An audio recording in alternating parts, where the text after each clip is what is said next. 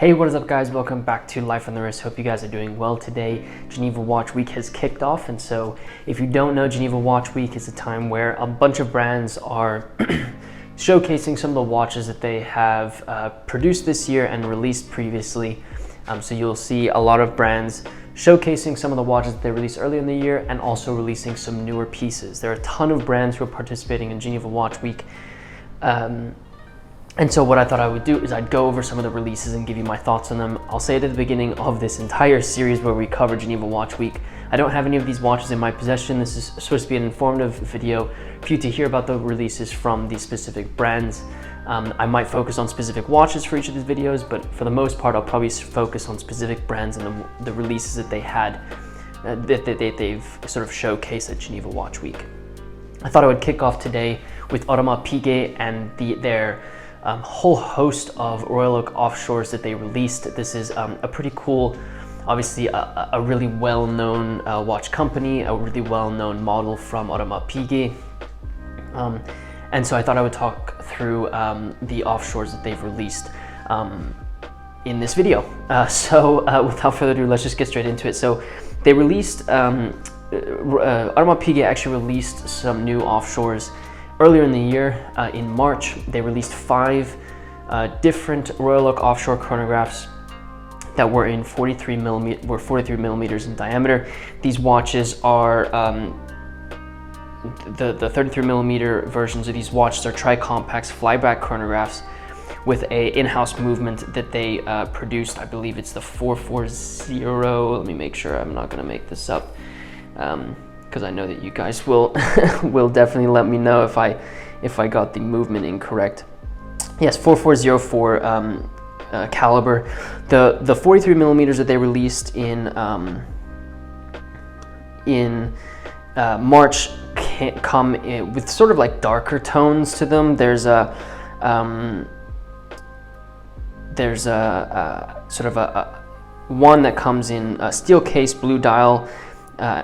There's a titanium with a green dial, black rubber straps, a lot darker sort of tones to them though. So you have a stainless steel with a black dial, a titanium with a gray dial, a stainless steel with a smoked light brown dial, and then a stainless steel with a blue dial. Those were those 4, and then there's an additional one which is an 18 karat pink gold with a black dial. Now obviously these offshores are 43 millimeters, so they're larger on your wrist. They are chunkier than maybe a watch that you're used to. Maybe if you're used to the Audemars Piguet Royal Oak, this is going to be a little bit bigger, a little bit more sporty. And if you look at sort of the chronograph pushers, you're going to see, everything's a little bit chunkier and bigger to give it that sporty appeal. So they released those 43 millimeter offshores earlier in the year, but now they released at Geneva Watch Week, they released the 42 millimeter versions of this tri-compact flyback chronograph that they've produced with this very special in-house movement. So you have the 43 millimeters, the 43 millimeter offshores, and now they've released an additional 5 42 millimeter offshores. Just talking about case sizes really quickly, they've produced a wide range of offshores with different case sizes, all the way up to about 48 millimeters. So 42 millimeters feels a little bit not small. That's definitely not the right word, but in comparison to something like a 48 millimeter offshore, a little bit smaller.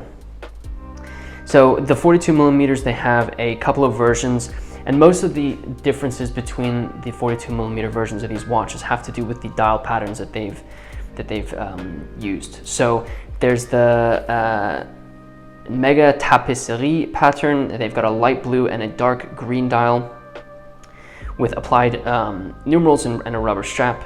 Then they've got the green version comes in a stainless steel case. The blue one comes in a titanium case. Then they've got an additional 2 42 millimeters. Let me just make sure I'm gonna get all of these here. So they've got a pink gold and a blue dial version of the 42 millimeter. They have a stainless steel and a blue dial, a stainless steel and a light blue dial, a titanium and a gray dial, and a titanium and a green dial. All of these vary in price according to the case metals, etc. But all of them have very similar aesthetics. You've got specific dials that are utilized. So I mentioned there's the Mega Tapisserie, and then you've got the Petit Tapisserie pattern on the other three that I mentioned. But all of them have very similar dial layouts. So you have the very typical Royal Oak case shape. You have the dial with 3 subdials, one at 12, 9, and 6, and then a date at 3 o'clock, Audemars Piguet logo, sort of towards the right-hand side of the dial. Hours, minutes hand, obviously you have a second subdial and a chronograph hand that you have there. Flyback chronograph, it's running on the 4401, I think, is the way that they've, excuse me, it's got the 4404 movement in it, which is similar to the 4401, which is used in the 43mm case versions of these watches. 70 hours of power reserve, flyback chronographs. You're getting a really great chronograph in this specific piece. So what do I think about, you know, this really large release from Audemars Piguet and building off of their sort of offshore line? This is a cool move. The offshore was released in 1993, and I think this might be some sort of build up to build out their line a little bit and then come out with a really interesting piece for the anniversary of the offshore when that does come around in 2 years. I personally think these watches are just a little bit too big for my wrist. It's not for me, but if you are looking for something a little bit sportier, this is a great place to look. I concede these are probably going to be difficult to get a hold of. But what I did like about it is there's sort of a little bit more of a, Audemars Piguet decided to sort of play around with the dial colors and case metals a little bit more with these releases. And I think building it out kind of gives you a little bit more, gives one more options when it comes to what you're actually looking for from an offshore or an Audemars Piguet or a sports watch just in general. A lot of the times we get in habits of sort of buying similar watches, and your collection looks basically, you know, you'll have 8 watches that look exactly the same if that, you know, because you have this one aesthetic that you really like. I think this gives you an opportunity to really sort of explore different dial colors and case metals, and figure out what actually fits with your style and what you actually like as a watch collector or watch enthusiast. But I do think, and a lot of people are saying it, this might be a build up to sort of the anniversary that we're seeing that's gonna come up. I really encourage you to try these watches on before you purchase them. 43mm, 42mm in a sports watch like an Audemars Piguet Royal Oak Offshore is going to fit very, very differently. And so definitely try these on if you are looking to purchase these, or just any watch you should sort of make sure you try on. The prices of these watches range from $33,000, which is the titanium and green dial 42mm watch, all the way up to $83,000, which is that 18-karat pink, gold, and blue dial 42mm offshore. So prices really range on these. None of these are limited editions from what I can tell with what they released. So you shouldn't have a problem getting one, but I'm sure everyone is going to say that, and so you will want to have some sort of relationship with your authorized dealer.